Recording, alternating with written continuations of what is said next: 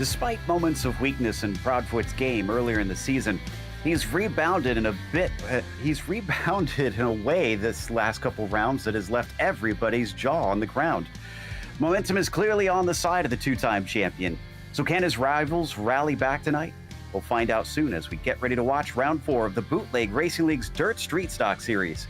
And you'll see it all live here on the Global SimRacing Channel. Hi, I'm Joe Peak, and with me in the booth is DJ Clark. Behind the scenes is our director, Sean Ambrose, and he's using cameras provided by Dougie Beard. Cedar Lake is among the newer dirt tracks here on iRacing. Let's head to our track guide to learn a little bit more about it. Welcome to Cedar Lake Speedway. This jewel of a racetrack, nestled between the Northwoods of Wisconsin and the metropolis of Minneapolis, has made a mark in its nearly 65 years of operations. At 3/8 of a mile, the action here is tight and packed. Those 12 degrees of banking in the corners helps lead to a variety of lines, but the straights are short enough that in some high-powered cars, you are never really going straight. As part of NASCAR's Home Tracks initiative, the weekly racing list here is long and pulls in great car counts. The clay surface getting a workout from the late models, pro stocks, sprint cars of the winged and non-winged varieties, modifieds, and of course, your general street stocks. Some big series come through here too. Want a dirt track race to win $50,000 at? Well, the World of Outlaws late models headline the USA Nationals here. You can get that kind of payout. And for good measure, the World of Outlaws sprint cars make regular stops here also. Now it's time to put on the helmet and strap in as 10,000 fans are ready to see some dirt track racing in northern Wisconsin.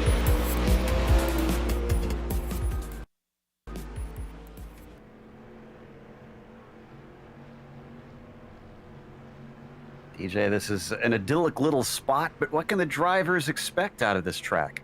Well, Joe, they can expect a track that's going to have a lot of change over the course of it, depending on how drivers are choosing to run. It is a very, very progressively banked track going down from 6 degrees up to 16 degrees. And so what that means is there are multiple lanes and grooves that you can run. We've seen multiple cars running multiple wide here a bunch of times. But where the track slicks in is really going to determine where that best line is going to be. And don't be surprised if we see that big slick groove develop right in the middle of the track and we sort of see a tale of 2 different lanes starting to develop with nobody wanting to run in the middle. So as a lot of the time is the case here in the Bootleg Racing League, it is all going to be about reading this tricky dirt surface. So you can do that. So far, reading the surface has certainly been handy for Proudfoot, who leads by a good 43 points, very close between Northcutt and Rafferty currently, only separated by a single point out there. Seth Castle is new this season and has been quick, but as you can see, he's not really gotten the results that have allowed him to be as major of a player as I imagine he'd like to be. Justin Morton have a pretty good season of his own, still within those top 5. The format has changed a little bit, DJ, so why don't you run our audience down on what we have in store now here in the Bootleg Racing League?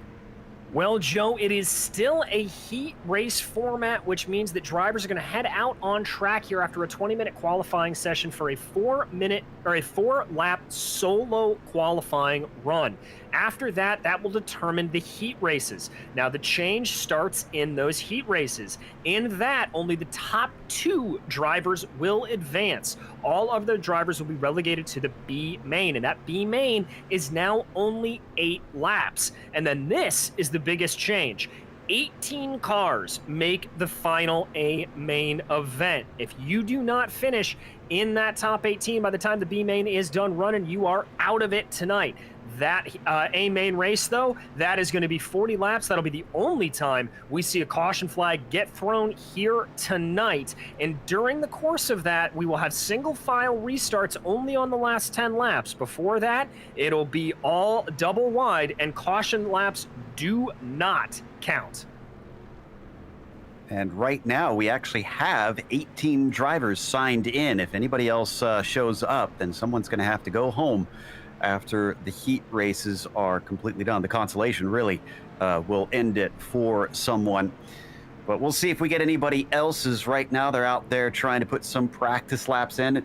It does look like that top line is the favored one in the warm-up. I've seen a lot of drivers try to run up there. Do you think that's going to change as the night goes on, especially considering they're already slicking it up a bit? Yeah, I think it'll probably be good for qualifying, maybe the first couple of heats, but as we get into the B main or into the A main itself, we may see some drivers starting to experiment. They were running a little bit low earlier on, and there is some slicking up down on that low line as well, so definitely some problems across the board. We're just going to have to watch as, I believe that was Cedar there going for a little bit of a tumble. And got a few more minutes left here in this warm-up session before we head off into the qualifying. And one thing that we hope we won't see this time that's been a bit of a bugbear, an unusual one at that. Last two races have seen cautions from drivers stopped on the track. They didn't wreck, they just were trying to pull out of the way, and they actually were penalized by the organizers, as they don't want drivers to bring out unnecessary cautions. So hopefully we won't see that anymore.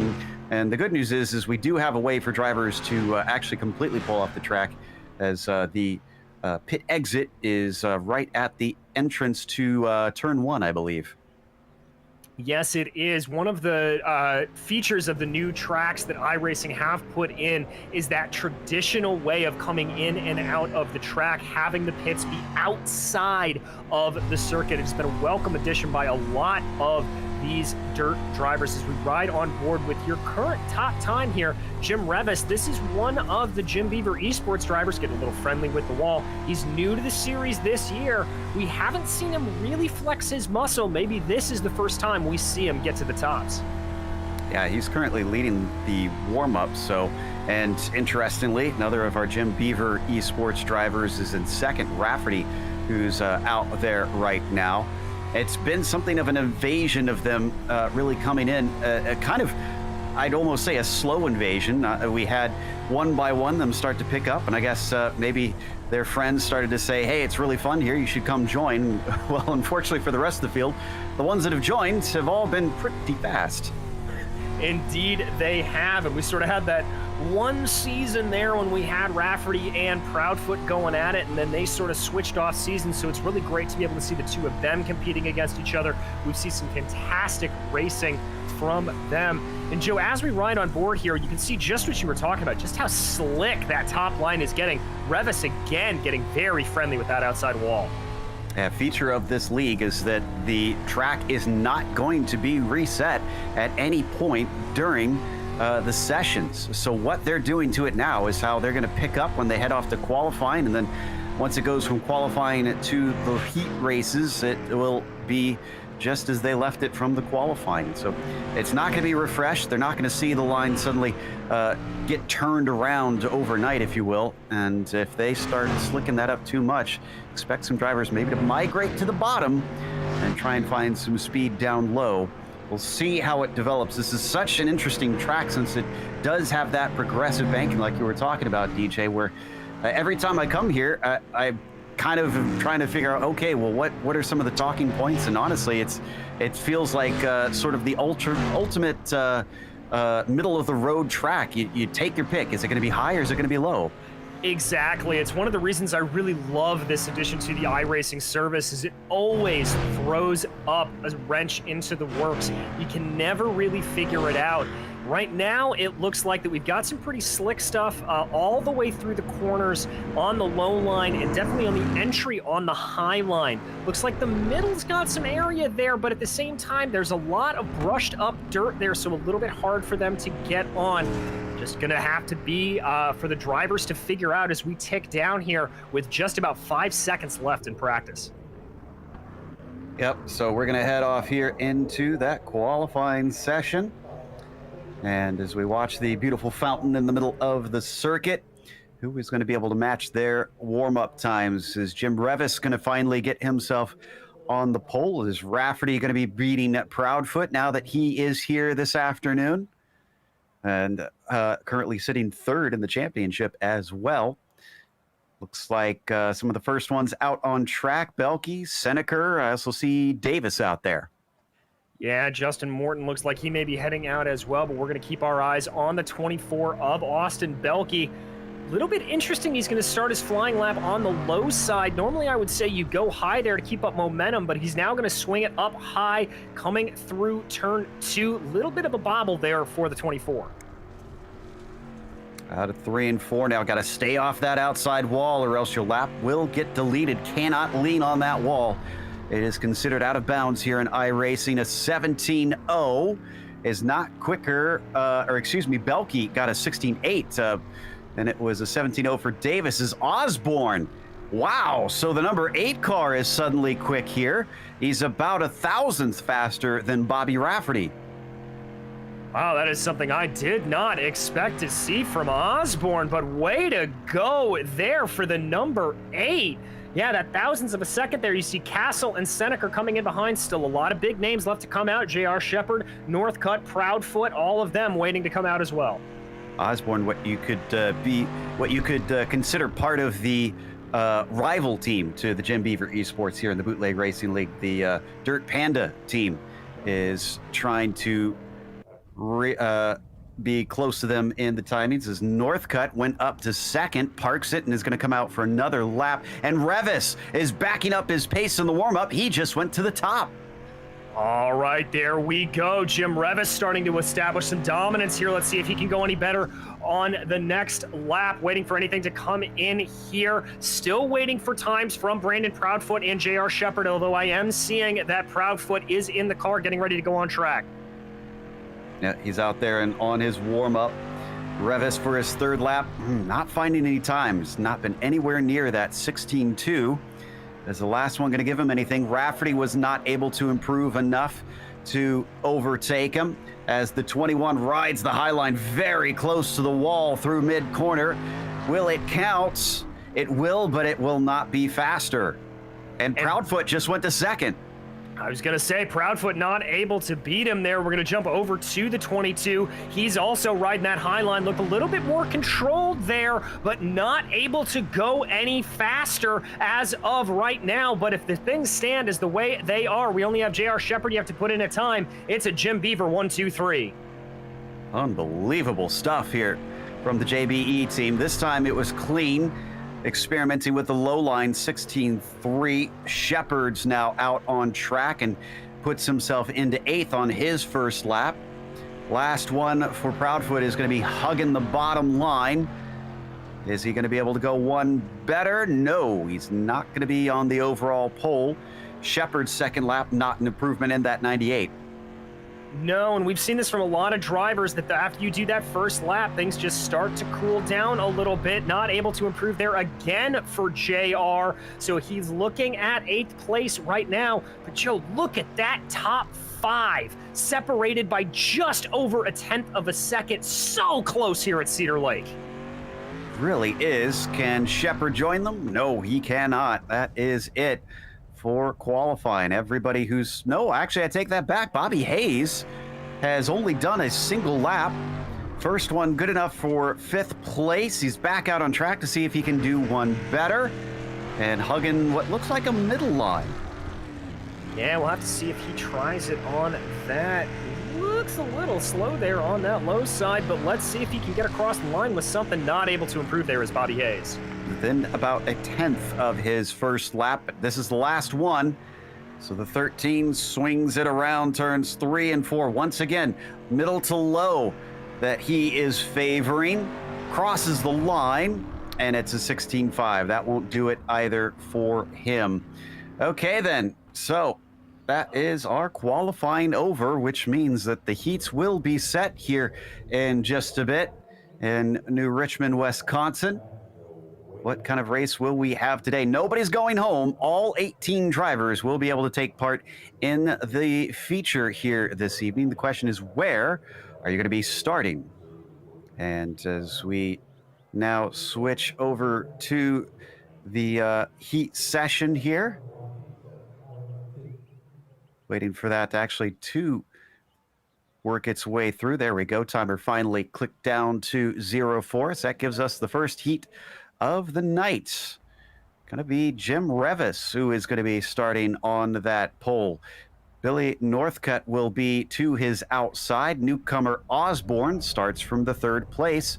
Morton will be 4th, Castle 5th, and Hunter starts from 6th. Yeah, so this is going to be a good one to watch. Northcutt has had some good speed. A little surprised to see Seth Castle that far back in the pack. I think he's going to be one to watch as well. We have to remember it's only the top 2 that automatically advance, so the front row is the one sitting in the good position. It is everybody else behind them that is going to have to push hard to see if they can overtake and get themselves through with a much higher starting spot in the feature. That's really, I think we don't stress on it enough, is that's honestly the big bit of this here, DJ, is that if you don't automatically advance, that's a lot of places you have to start behind in the feature. Very, very much so. And as we've seen a couple of times in the course of this series, little kerfluffles, little incidents that happen in front of you can get caught up in it and take you right out. So you want to be starting as close as you can to the front of the grid. Now, one of the little quirks around here that you're going to have to watch out for is the fact that when this pace truck comes around, it will absolutely fly down the main straightaway to get into the pit exit. So don't be alarmed when you see that on the next lap. When that pace truck really pulls off, field will go to Jim Revis. Yep, has to get out of the way with that pit exit being past the start-finish line. And there he goes, off and around. Revis is on it. Green flag is out. Not the greatest of starts for Billy Northcutt behind him. In fact, it looks like Osborne might be able to pull something on the bottom side. Morton riding way up top in that number 9, but they stay side by side for 2nd, 3rd, 4th, and 5th. Ooh, looks a little crossways there for Osborne. That's really going to cost him some time as they come around. Maybe Justin Morton now is going to have a look. Morton, not to the surprise of no one, running that high line. We've seen him do that quite often. Loses it a little bit there. He's going to be side by side with Castle, now trying to make another look at Osborne. But good news for Billy Northcutt fans. He's able to get solidly into 2nd. Osborne having to play defense as Morton goes way too high and actually goes off the course. Oh my goodness, I have never seen that here at Cedar Lake, Joe. He just pulled a Lernerville coming over the side, but now we're gonna focus back here on this battle for the final transfer spot. That is Billy Northcutt right ahead of Osborne. Osborne now trying the high line. He's gonna lose out on that a little bit, and now it looks like that Castle's gonna be able to have some fun. Trying to poke his nose to the inside, as Revis has not really had it all his own way. He's been challenged by Northcutt, but he hasn't been able to get beside him. And we're down to 2 laps to go already. It'll take a pretty wild dive for him to be able to overtake and get a heat win, but he doesn't need to. All he has to do is finish in this position. Coming around for the final lap, he gets underneath them a little bit. Northcutt poking his nose. Tries for a wider entry than Revis. And down to the checkered flag. Jim will take the victory in this heat. Northcutt will automatically advance with him. Osborne, Castle, and Hunter, as well as Morton, will be sent to the consolation. Well, I think that was a very unfortunate series of events there, obviously, for Justin Morton. Like I said, flying off the side of the track, almost like he was at the wall-less Lernerville there. But now we are ready to grid up for the 2nd heat here tonight. Absolutely. Heat number 2. They have Brandon Proudfoot starting on the pole. Bobby Hayes will be to his outside. And then, DJ, we've got J.R. Shepard starting from the 3rd spot. In 4th, it's going to be Cody Jones, followed by Ryan Seneca, and Todd Liston will be lining up in 6th. Pace truck now taking off and leading them away as the drivers get warmed up, and Proudfoot immediately switches to the high side. Seems to prefer starting from that outside lane, especially at tracks like this. His teammate from JBE is just down below him, Bobby Hayes. See if he can try and challenge him here today. One more pace lap, and then we go green. Indeed, and I think one of the guys to watch here is going to be J.R. Shepard starting off in 3rd. Didn't have the best qualifying, but we've seen J.R. over the course of the season have some really good racecraft, so he may be one to really put a good challenge on. Should see that pace truck go low and get faster here in just a second. And Proudfoot will have control. There it goes. The 22 gets on the throttle and the green flag is out. Very good jump for him. And down behind him, it looks like Shepard's going to try and challenge the 13, but get some wheel spin off the corner. Yeah, not able to get it quite there, but he's still going to keep trying. It looks like a little bit squirrely there for Bobby Hayes. Trying to get the advantage still is J.R. Shepard, but just not able to get by. So Hayes will retain that transfer spot, and it's going to be up to J.R. Shepard to try and get through him. Still a tightly packed field as nobody has fallen behind in this group. Jones, Seneca, and Liston all waiting for somebody to drop some scraps to pick up. Meanwhile, that high side for Proudfoot isn't exactly allowing him to dip away from Hayes, but he goes down low through 3 and 4. Yeah, and there goes Shepard trying a little bit of a low-high line there as well, trying to get by Hayes still. Proudfoot moving himself back up to the high line here, seeing if that's going to help him pull a little bit of an advantage, and indeed it does. Yeah, low through 3 and 4, but shallow entry and then wide exit for him. And then high up here in 1 and 2. Nope, he's going to go down to the bottom side, and Hayes follows him. Shepard, middle line for him, just off to the side of Bobby Hayes. Going to be white flag this time by momentum maybe in favor of the 98 as he comes off the corner. Yes, indeed. He's got a good run there. Can he keep it up? Trying to push it as hard as he can on Bobby Hayes. That momentum still carrying him along. He's going to have a nose or two ahead as they go into turn 3. This is going to be all momentum for J.R. Shepard if he can hold it. Proudfoot's going to take the win, and Shepard manages to get by late in the race for the transfer spot. Hayes gets sent to the consolation as Jones, Seneca, and Liston round out your field for heat number 2. All right, last heat of the evening. 6 more cars. Rafferty, all 3 started by Jim Beaver Esports drivers on the pole of the heats. Jason Best will be next to him, and Sagala will start from 3rd. In 4th, it's going to be Garrett Austin, followed by Chris Davis and Austin Belkey rounding out the back of your field. Well, that was interesting. Almost like he was out of nowhere. And suddenly J.R. Shepard had a whole bunch of speed that he was able to sneak through. Certainly doesn't look to be all that easy to try and pass based on what we've seen. No, it's not the easiest here, Joe, but it is certainly possible, as we saw J.R. Shepard getting done in that last race to quite spectacular fashion. So were any of these drivers watching? Were they taking notes? Can they maybe try and do something here? As we ride on board with Sagala there in 3rd place on the 81.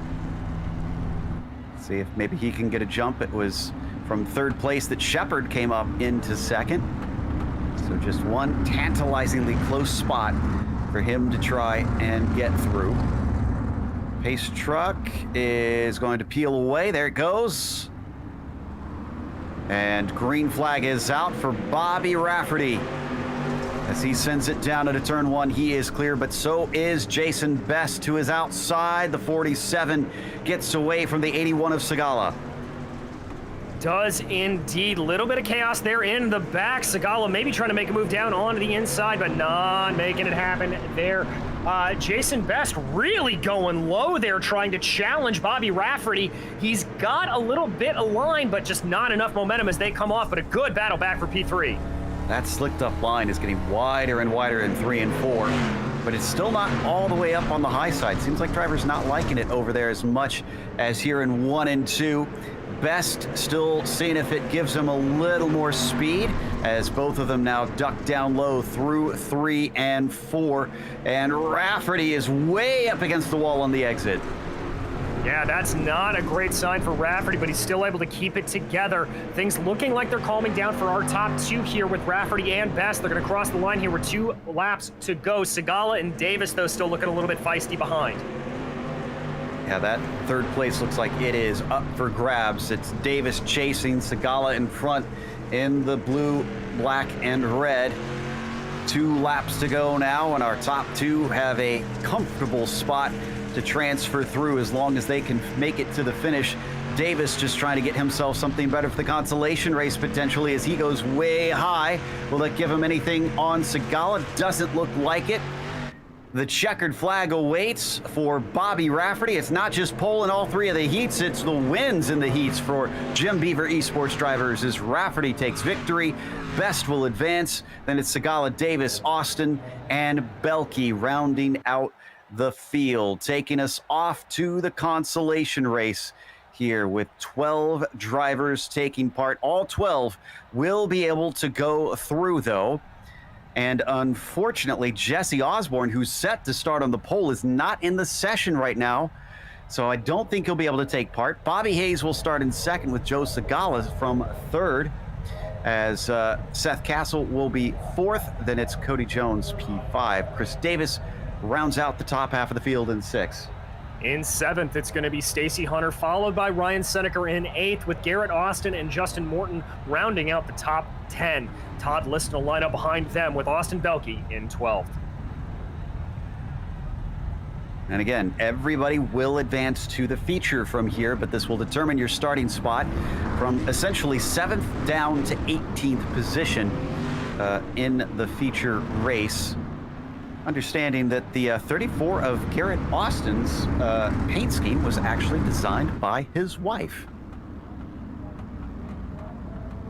Looks pretty snazzy. Indeed, I rather like that scheme and always like a little family connection there coming in. Very nice job for the 32. Now they got Maine on there, but his club is Mid-South.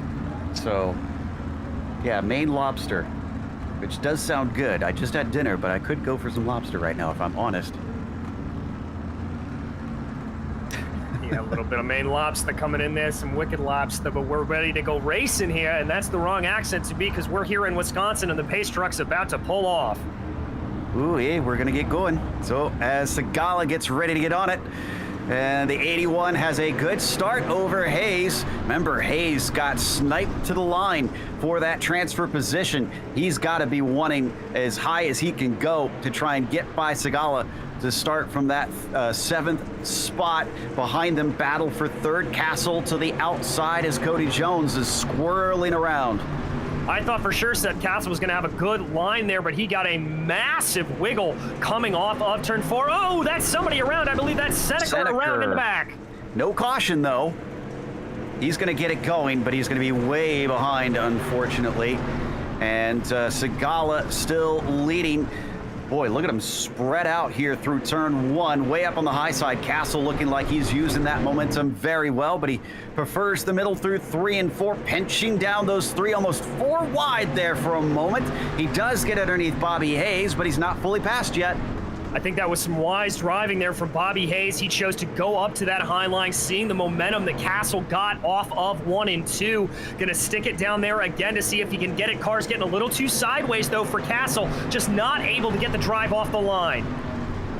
4 laps to go. We're halfway through this race. A little nudge on Bobby Hayes as Castle gives him a hello, doesn't send him around, but clearly is willing to race close, and he's going to give another one there across the start-finish line.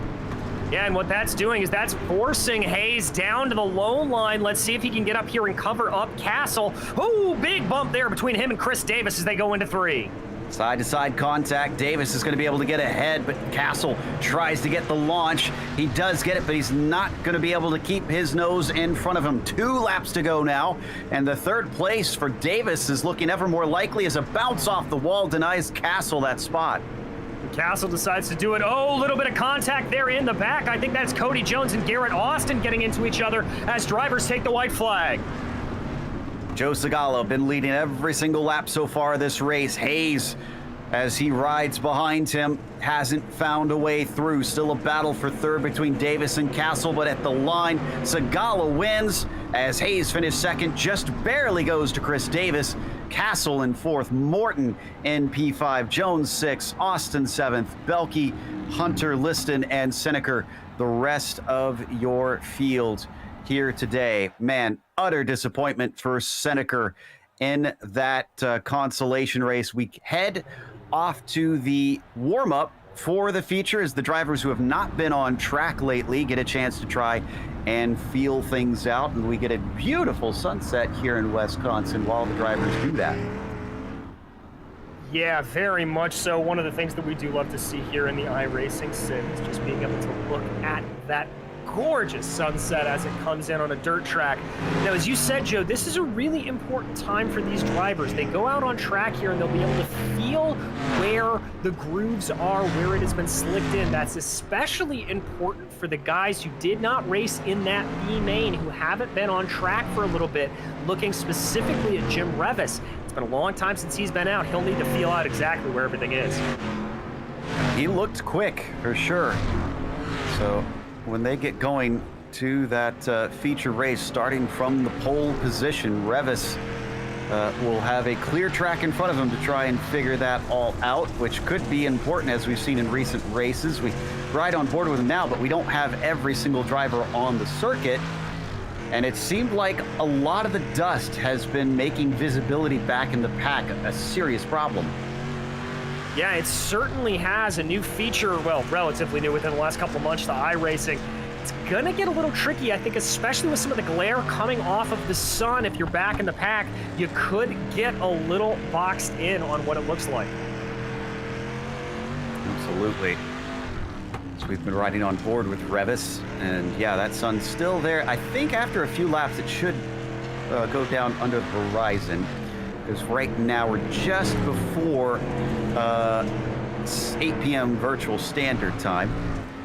So we should get the sunset pretty shortly after we get the green flag. But in these 5 minutes while we wait for them to head towards that green flag, we get a view of who's looking quick. Rafferty's actually not doing too shabby right now with the quickest warm-up time. No, Rafferty looking good. Billy Northcutt also up there. Remember, as I said, J.R. Shepard, he's one of those drivers that seems to like a little bit more of a slicked-in track, so he could be a bit of a threat. Justin Morton poking his nose up there as well. We're riding on board with Justin Morton right now. You can see just how much he's having to work that wheel. Lots of traffic in front of him trying to pick which line he wants to go, and you can see just how slicked in that whole track is. Very wide hand movements too, but they seem quite controlled. Oh, until we see that one there as he gets bumped up the track somewhat. So yeah, very smooth style coming out of Morton currently. Track is now definitely separating itself into two distinct lines that I'm seeing, but in at least turns 1 and 2, 3 and 4, all still seem to be favoring the bottom side. Of course, you can't get a perfectly symmetrical track, so that's why we have drivers favoring different stuff at different ends of the circuit. This has been a fun one so far, but a different one from what we're used to is this finally where we see Proudfoot challenged.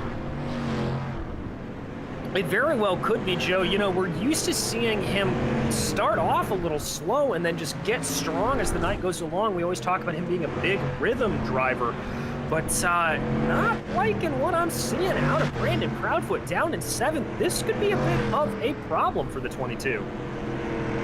Now, he is going to grid up second, so his qualifying and his heat race were not bad. But for him to be beat out by Revis is certainly raising my eyebrow. He's trying the high line, currently is the 22 in the midst of a clump of cars, including Austin, Castle, as well as Hayes in there.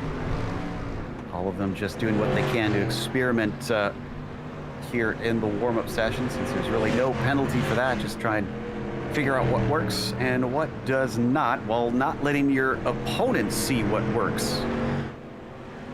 Yeah, exactly. That is also part of the art of dirt racing, is being able to block off the line that your opponent wants to run, be able to cover that off the best you can. Somebody going flying through the air there in the background. That was Proudfoot actually doing what I think it was wasn't Morton that did that earlier. Who was that we saw? Yeah, it was Justin Morton that took a little Ah, flop. it was. Okay. And he's working in VR. That had to have been fun for Justin. So, all right. The last couple seconds here in the warm-up session. A lot of drivers already pulling off and ready to go here for the feature race in round 4 of the Bootleg Racing League Dirt Street Stock Series. Starting grid for this evening, we'll see Jim Revis start on the pole with Proudfoot in second place. After that, it is going to be Bobby Rafferty from P3, Billy Northcutt in the 4th position, and J.R. Shepard starting 5th. Jason Best is 6th. Then you've got Joe Segala in P7, Bobby Hayes in 8th, and the 5th row will be Davis and Castle. Behind them, it is going to be Justin Morton and Cody Jones, with Garrett Austin in 13th and Austin Belke in 14th.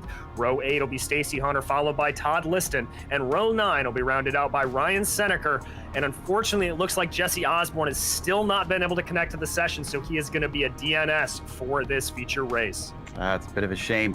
We got a few onboards, though. We already saw one of them with Justin Morton. I think we're going to take a glance at him real quick once again.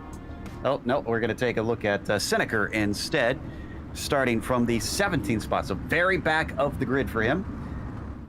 And then we have Chris Davis, who will be starting from the middle of the grid. I love his very realistically rendered window that he's put in his room. We were enjoying that pre-race. And then, of course, we've got Austin out here, Garrett Austin in the 34.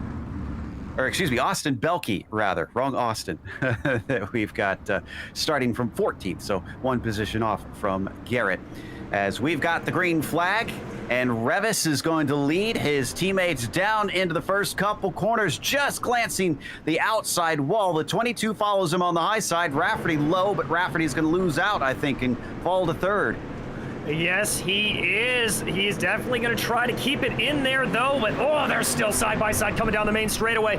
That is going to be Northcutt trying to take a look in on the inside as well with J.R. Shepard. A bizarre incident. Cautions out. The 81 of Segala has visited victory lane way too early. He's going to get a little help. I think he gets a tap both from Jason Best and Chris Davis here. Just a little bit of a 1-2 hit there, Joe. You can see Barney waving the yellow flag. Lots of very bizarre incidents out here today at Cedar Lake. This is certainly new. Yeah, so we barely made a single lap there and already going under caution. So we're going to be restarting on lap 3 before we get going. Drivers not having these counted under yellow. Then we'll get back running. 40-lap event here for the feature, so there's still plenty of racing. They're going to re-rack to a double wide start. Revis had a good jump over Proudfoot. What's interesting is that Proudfoot was able to get by Rafferty there, who started close to him, but was not able to make the pass. Yeah, it's going to be interesting to see if anybody learned anything from that last run and maybe gets it together, tries something new as we get ready to go green here again. Okay, on the outside, Brandon Proudfoot. On the inside, Jim Revis, so he doesn't seem to agree with his teammate on where to restart. If Brandon likes that outside, will it give him a chance? No, doesn't look like it. Green flag is out. Revis is ahead once again. We got a battle between Rafferty and Proudfoot coming off of turn 1. Is not quite in front of him by the time they reach turn 3. A lot of cars spreading out behind. Yeah, big spread out there. Looks like that highline momentum is favoring Proudfoot at the moment. J.R. Shepard, the only car really diving down low. Little bit of a bobble there, I think, for Revis, as that allows for Proudfoot to close up. And now Rafferty is under threat from J.R. Shepard. Oh, big wreck. Cody Jones. Looks like Segala once again, poor guy, and Seneker also involved. I think this starts with... looks like Cody Jones, I think. Yeah, Jones into the wall. There's the hit, and oh, just nowhere to go. Boy, he got hit a lot. Looks like Austin hit him initially, and then Segala was the second one. And actually, you know what? Seneker didn't really hit much. He just kind of spun out through the middle of it, so he might have gotten away without any sort of serious damage. Yeah, I think you're right about that, Joe, and so that is very, very good. But we'll re-rack here again. As we've said, this is still going to be Revis looking like he had control at the start, but Proudfoot able to get a little bit of pushing out on the outside, maybe make that high line work for him. I hope this isn't a sign of things to come. This isn't exactly a track that I pegged as being a caution fest. It usually gives plenty of space to race, and we didn't see all that much in the way of incidents in the heats either. So, like you said, they're all packed up, ready to go on the restart. They're going to be double file for quite some time until we get to those final 10 laps if we have another caution. Pace truck is in, and Revis continues to favor the bottom side, but it's not as big of a jump as Proudfoot tries to challenge him from the long way around. Revis says, okay, I'll go all the way to the bottom, but the 22 smacks the outside wall. He does indeed, but that doesn't blunt his momentum. He's still able to get alongside that right rear quarter panel of Jim Revis. He's going to try it even harder. Revis tries to cover off, but Proudfoot now fully alongside as they cross the start-finish line. I think momentum may be favoring Brandon Proudfoot here.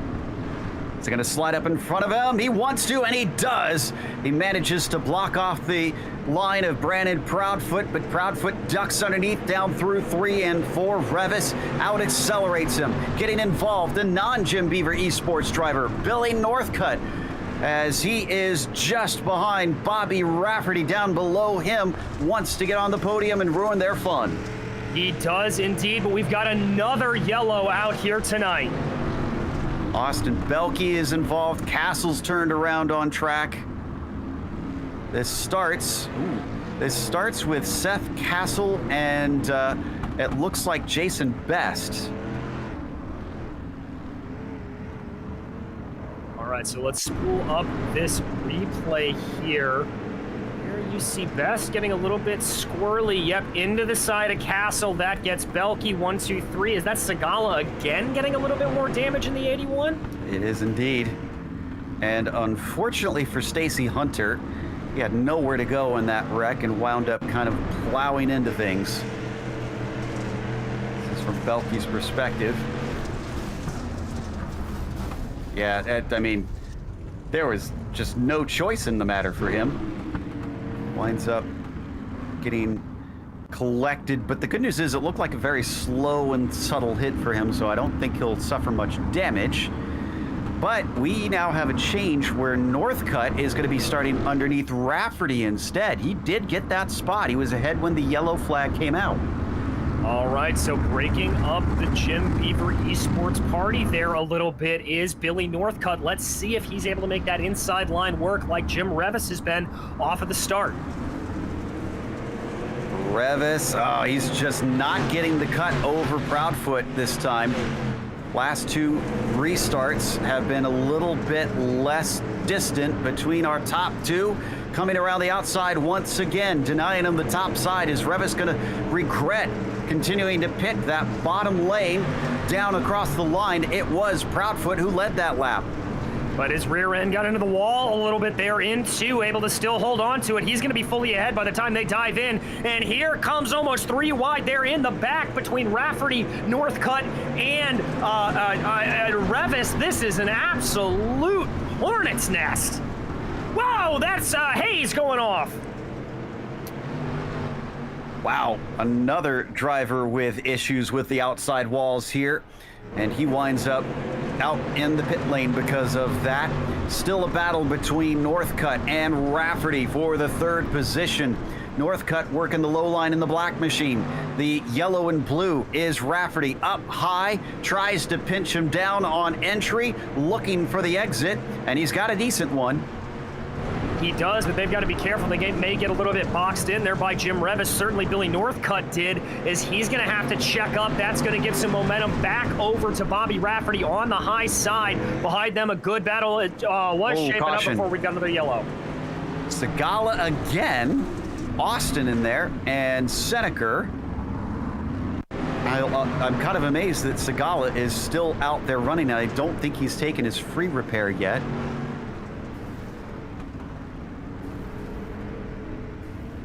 So that appears to have been started by the 32. which I'm not sure who that is. Or is that the 23 maybe?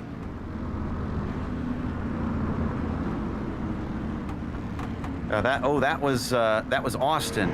Garrett Yes. Austin. Yes, 34, that's what it was.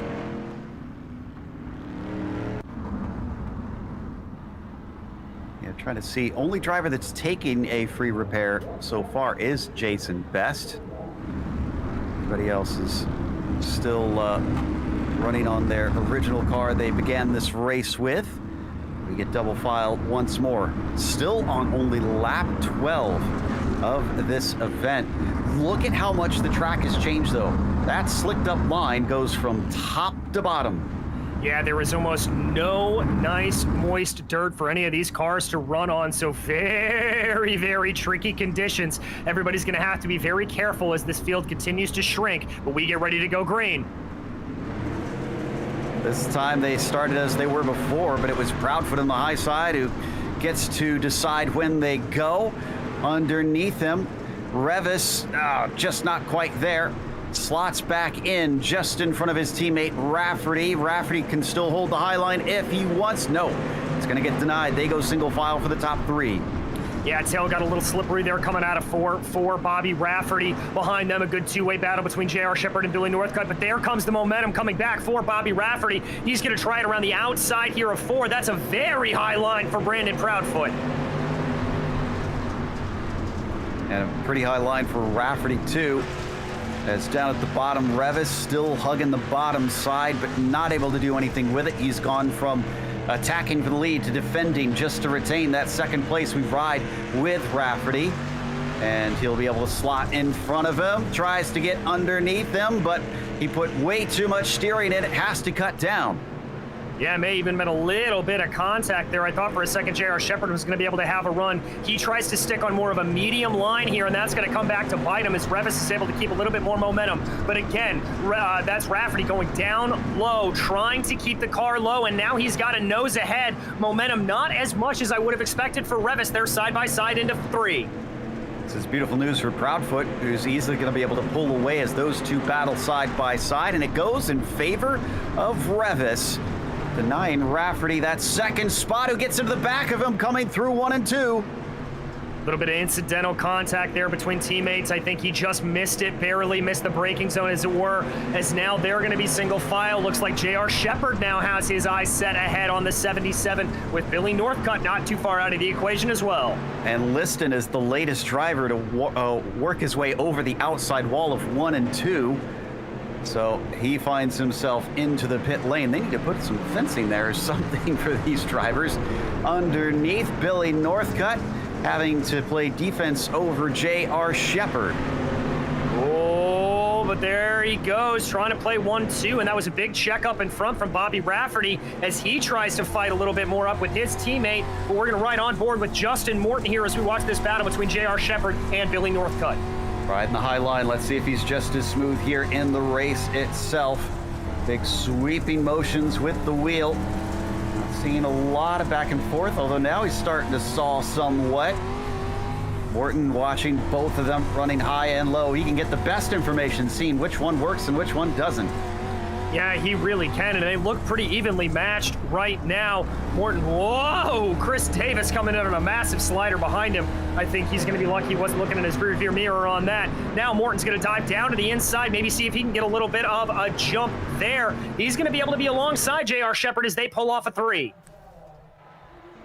And ahead of them, you may have seen glances of it, but Revis and Rafferty continue to fight. In fact, Revis almost had a shot at the 22 of Proudfoot, but couldn't make it stick. Off of turn 2, the number 9 of Justin Morton, hanging out right behind J.R. Shepard. Nothing doing. He comes out higher through 4. Let's see if maybe he could find some advantage taking the opposite line to the 98.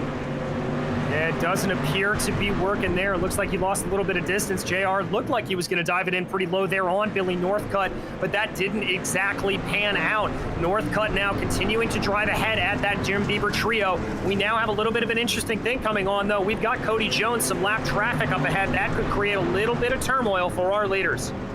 Hoping he's been paying attention to what's been going on previous races and doesn't try to stop on the course to let them by. Yeah, I think they're going to catch up to him in the next 5 laps or so here around this place. But the good news for Proudfoot is he can take his time because he's got 7/10 of a second. That is pretty wide margins on a track of only 3 or 4/10 of a mile. Exactly. Bobby Rafferty there looking a little bit cross-eyed coming on a 4. I thought that may have given an opportunity to Billy Northcutt, but not playing out now. Now it looks like Rafferty's going to try to put on the screws a little bit more to his teammate Jim Revis, and Northcutt draws in again. This is just a seesaw back and forth here, Joe. And it's a battle for best of the rest, effectively, as those two are one of our closest fights, but haven't changed hands in recent time. Wonder if Rafferty will try something drastic when we get towards the end, because now we are coming to 10 laps to go. It'll be single file if we get another yellow from here. Encroaching upon Cody Jones, Proudfoot, maybe another 2 laps or so. Should have to try and overtake the 27, who's currently our last driver running on the track. Yes, he is, and mistakes there from both drivers in second and third. Revis catching some of the low tires, Rafferty catching some of the high banking. They switch back again with Northcutt continuing to stalk behind them, closing up again, as you said, on Cody Jones. This is just getting tighter and tighter and tighter as we tick down with 9 laps to go. Yeah, I wonder if now Rafferty's going to have to turn to his mirrors instead of his windshield to hold off the 00. Once again, though, look at them all just kind of picking their own line and rolling with it.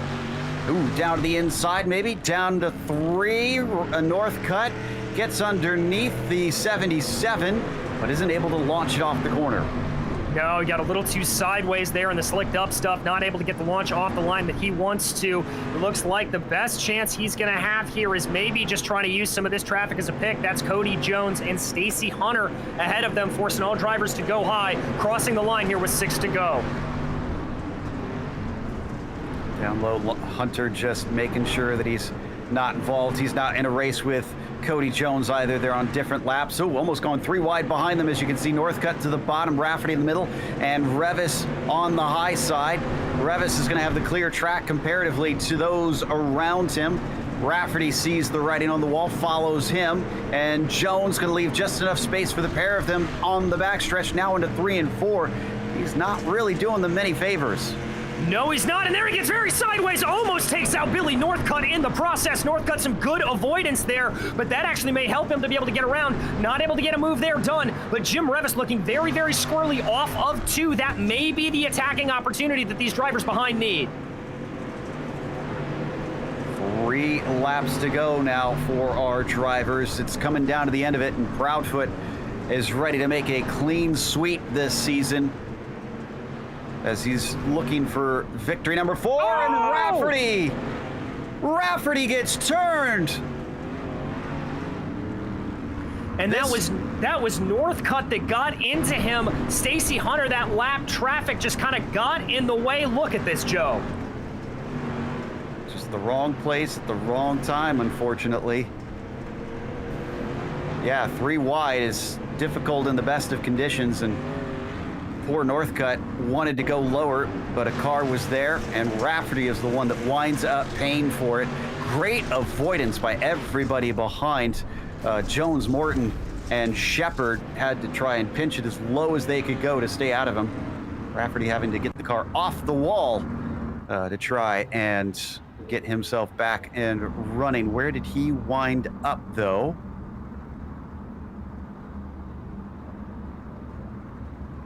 I think 12th position potentially here.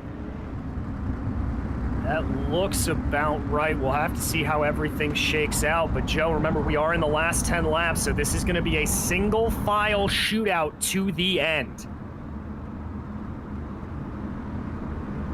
And Rafferty getting, slotted back into line. I think you're right, into 12th place. Everybody now up to the outside wall, trying to cover it off. There goes the pace truck.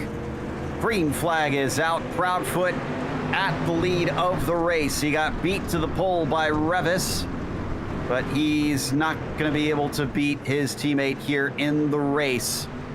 So Proudfoot looking for the white flag, coming to the line. A handy lead over that 21 machine. But Northcutt doesn't look like he's able to try and challenge, although he goes low. He's already spoiled the straight podium sweep for JBE Motorsports. And up at the top of it, it is going to be Brandon Proudfoot taking the win.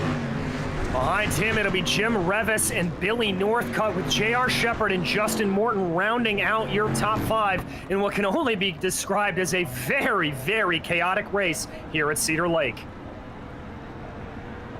Let's try and catch our breath then. In that case, we'll come back with the unofficial results as well as driver interviews, so stick around.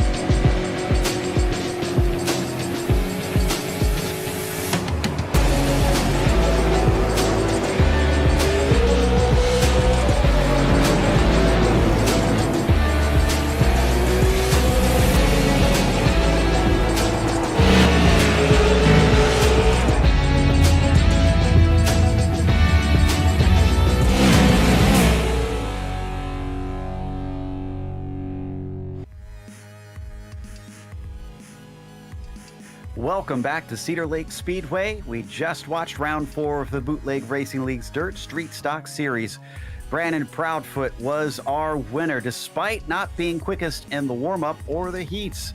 Well, Jim Revis was the one that held that role, and he had to settle for second place, but he put on a challenge for his teammate. Billy Northcutt denied their team a clean sweep of the podium.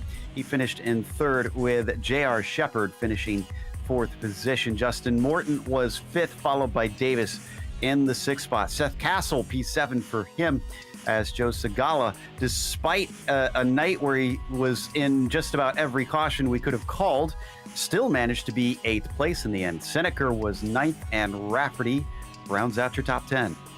In 11th was Garrett Austin, followed by Stacy Hunter in 12th. Jason Best and Hunter both a lap down. Belke a lap down as well. Cody Jones, Todd Liston, and Bobby Hayes unable to finish the race here today. Which brings us to our winner, Brandon Proudfoot, who is now 4 for 4 this season. But this time he was not quite as quick as Jim. Let's see if he has any info on that. Brandon, congratulations. You got beat to the pole by Jim Revis. We thought he had a serious challenge for you, but you denied him that one. I wouldn't even put it that way. That track was very, very racy, and he did put up a hell of a fight. I got to my place where I wanted. I was able to get some distance there in the mid-race there, but once everybody figured out the line, everybody kind of sped back up and didn't really gap too much, but I think everybody did good tonight. you talk about figuring out the line. We saw everybody go from top to bottom. Was there a definitive line here, or was it a toss-up from lap to lap? It's a mixture. It's between driver preference and really kind of where the track's evolving. There in the heat races you guys seen, that track was dead even. I ran a multitude of lines. I did a slider, I ran the top, ran the bottom, and I was about a half tenth of a second between all my times on all those different lines. So just even though this track was really, really slick tonight, it was really an extraordinary track, and for the majority of the race, you really could go anywhere you pleased.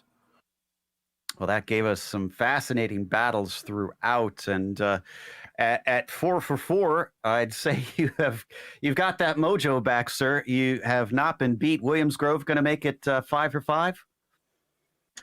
I'm hoping. That's one of my favorite places. I frequent it many times throughout the year myself, living about an hour and a half, 2 hours away from it. So it's a track I got a lot of knowledge with, and as long as the pocket looks right, I'll actually be visiting it tomorrow. So I'll be doing some scouting for next week.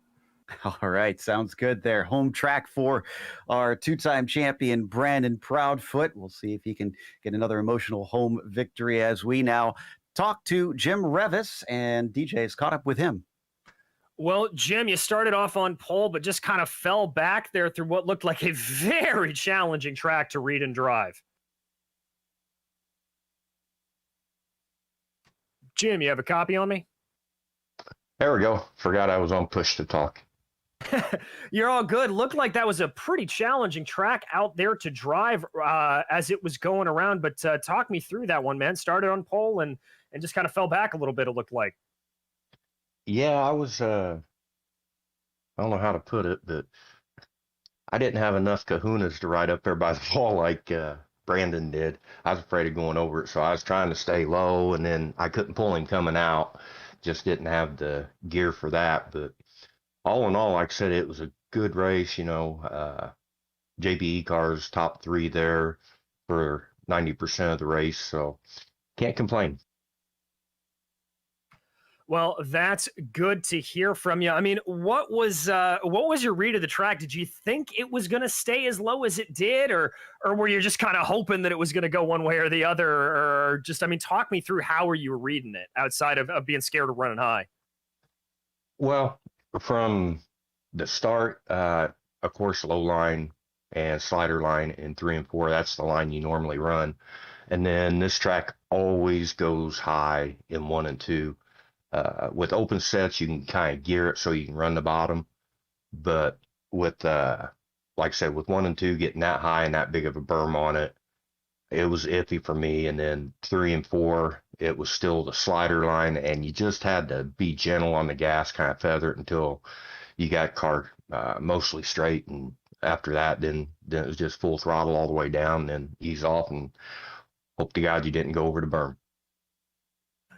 Well, all right on that one. Obviously, any other tracks for the rest of the season that you think you may be able to take this challenge out to some of your Jim Beaver Esports teammates?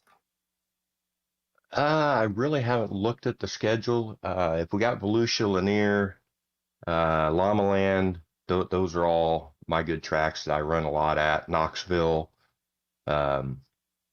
Williams Grove, it's kind of a hit and miss for me on it. So I think Williams Grove might be the next one or the one after, but kind of looking forward to it. Well, we'll be looking forward to it as well. Jim, anybody you'd like to thank for this run here tonight? Yes, sir. I got to give a big shout out to Jim Beaver Esports. Fistful of Bourbon, General Tire, Vision Wheels, Dirtfish, Motorsports Drop, Polaris RZR, Beehive Media, and JRE Racing. And of course, you guys for broadcasting. You guys do a great job, and Lowell for putting this series on for us every week. Well, we are so very happy to. And now Joe Peak is caught up with your third place finisher, Billy Northcutt. Yeah, Billy, we came into this race talking about how much of an invasion it's been for the Jim Beaver Esports guys, but Dirt Panda's trying to bring it to them. You at least denied them a sweep of the podium. Is that any consolation? Hey, man, even running fourth behind those guys is an accomplishment. I mean, they've got a heck of a team, and I mean, I kind of ran fourth the whole race there, and then just unfortunate incident there with me and Bobby going in over top of a lap car, and we all kind of squeezed, and Bobby got the kind of net code assisted spin out there. So, I mean, I feel like I got fourth in my head, but I'm not upset about it. That's a hell of a run to get fourth even behind those guys. I mean, I felt really competitive all night, like I was right with those guys. So after a long hard day at work, I mean, to just pop in and do that, I'll definitely take it. Yeah, talk to us about that incident. Have you had a chance to go and chat with Bobby after the race and let him know what happened? Is he aware? Oh yeah, he said it wasn't my fault, but I mean, it's one of those things. I mean, we ran neck and neck the whole race, and I could have probably blew in his ear, but we never touched. It never brought up the contact thing on the screen, and never did any of that. I mean, we raced about as clean as you possibly can, that hard for a ton of laps. So he knew right away that I didn't do anything intentionally, and that something probably happened. And I mean, in that case, I mean, I don't even think anybody's to blame necessarily. I mean, we were both being aggressive, trying to get that podium spot. Lap car was staying out of the way on the bottom. I kind of assumed he was a little slower than he actually was. So it may have been my mistake on that. I may have just assumed he was going to be a little further back. So when I went to turn in, we bumped wheels, and it just bumped me up just enough right into Bobby. But he knows that I race clean, and I don't try to touch anybody intentionally or anything. So I don't think he assumed that at all. Yeah, it's glad to hear that there's that good camaraderie between the drivers. Now, we saw a lot of incidents early on, but I'm kind of curious about your take on the new format that we've been running with the slightly smaller main field and lesser cars going through on the heats automatically. Do you feel more pressure in those heat races to perform because of that? Yeah, you definitely do, and I think it's better. I think it's more fun. I mean, it's kind of college football. You've got a 4-team playoff. It's a lot smaller. The regular season seems to every game is huge, and NFL, everybody just kind of wades through the regular season and played fantasy football and stuff, waiting for the playoffs. It's kind of, when you do it like this, it just brings a little more excitement for each lap, each heat race, every time you're on the track is even just a little more important. So, I mean, I kind of like it. I like the pressure, and it makes it fun. Absolutely. Well, congratulations on a podium, and hopefully we'll get to talk to you out in Pennsylvania. Hey, thanks, man. I appreciate it, and congrats to Brandon. He's putting the smoke on us this season, and he deserves it. I mean, he puts laps down every week, and I mean, he is just somebody to look up to. He does it clean and with a good attitude, and I appreciate him and everybody in this league. And congrats to Jim Rivas on his podium here in BRL. Great stuff there from Billy Northcutt. It's our last podium sitter here today, and we are going to close up our interviews with that. So a big thank you from us to the Bootleg Racing League for bringing us back for another season of coverage for the Dirt Street Stock Series, and a thanks to the companies that provide the software and hardware for our broadcast listed on the screen. Additional thanks to June Lalonde, who provides our wonderful music. Her Bandcamp is there if you want to find more of her work. And thanks to the team today, DJ, Sean, and Dougie. You can find more info about GSRC at globalsimracingchannel.com or through our social media on the screen. Also, check out our merchandise store at simracingmerch.com/GSRC, where we keep a link in the description below. And don't forget, while you're down there, to subscribe to our YouTube channel so you don't miss a moment, because next week, off to the Paperclip Williams Grove for Friday, July 30th, 7 p.m. Eastern, round 5 of the season. We'll have upcoming races for other series listed on the screen, so check those out and mark them down on your calendar. Until next time, race clean, race hard. We'll see you on the track.